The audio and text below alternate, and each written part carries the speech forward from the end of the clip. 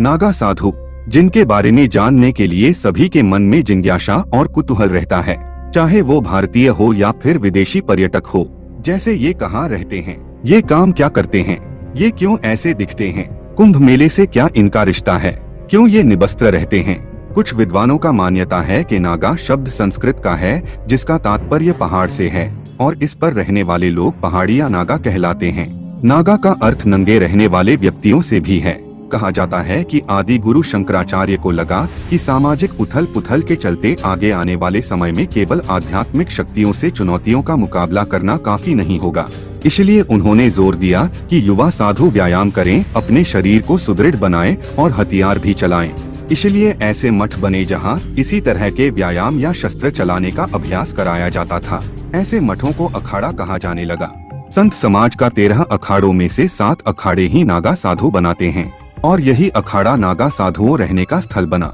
नागा साधु बनने का प्रथा कठिन तथा लंबी होती है। नागा साधुओं के पंथ में शामिल होने में लगभग 6 से 12 साल लगते हैं। कोई भी अखाड़ा पहले अच्छी तरह से पड़ताल करने के बाद योग्य व्यक्ति को ही प्रवेश देता है। अखाड़ा में नागा साधु बनने के लिए सर्वप्रथम ब्रह्मचारी की दीक्षा दी जाती है। दीक्षा के बाद अखाड़ा में शामिल होकर व्यक्ति 3 साल अपनी गुरुओं की सेवा करता है। वहाँ उसे धर्म, दर्शन और कर्म को समझना होता है। इसे पार करने के बाद महापुरुष बनाने का दीक्षा प्रारंभ होता है। कुंभ में पहले उसका मुंडन करके नदी में 108 डुबकी लगवाए जाते हैं। कुंभ के दौरान उसे अगली प्रक्रिया में सन्यासी से महापुरुष बनाया जाता है, जिसकी तैयारी किसी सेना से कम नहीं है। उसके बाद वो अखाड़े के 5 सन्यासियों को अपना गुरु बनाता है। महापुरुष बन जाने के बाद उन्हें अवधूत बनाए जाने की प्रक्रिया शुरू होती है। अवधूत बनाने के लिए उस साधु का जनेऊ संस्कार करते हैं और उसके बाद उसे सन्यासी जीवन की शपथ दिलाई जाती है। शपथ के बाद उसका पिंड दान करवाया जाता है। इस पिंड दान में पहले उसका पूर्वजों का पिंड दान होता है, फिर उसके बाद माता पिता का होता है, चाहे वो जिंदा हो या न। उसके बाद खुद का पिंड दान होता है।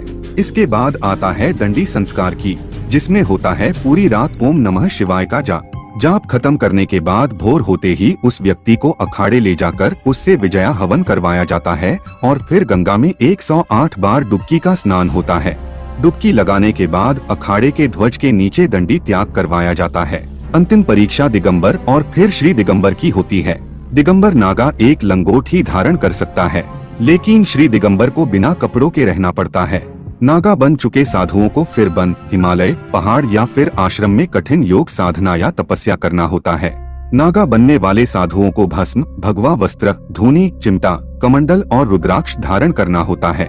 ये नागा साधु हिमालय में 0 से भी नीचे तापमान में नग्न रहकर जीवित रह लेते हैं।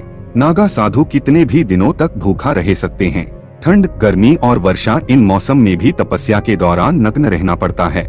नागा साधु हमेशा भूमि पर सोते हैं। नागा साधु अखाड़े के आश्रम और मंदिरों में रहते हैं। कुछ नागा साधु तप के लिए हिमालय या ऊंची पहाड़ों के गुफा में रहते हैं।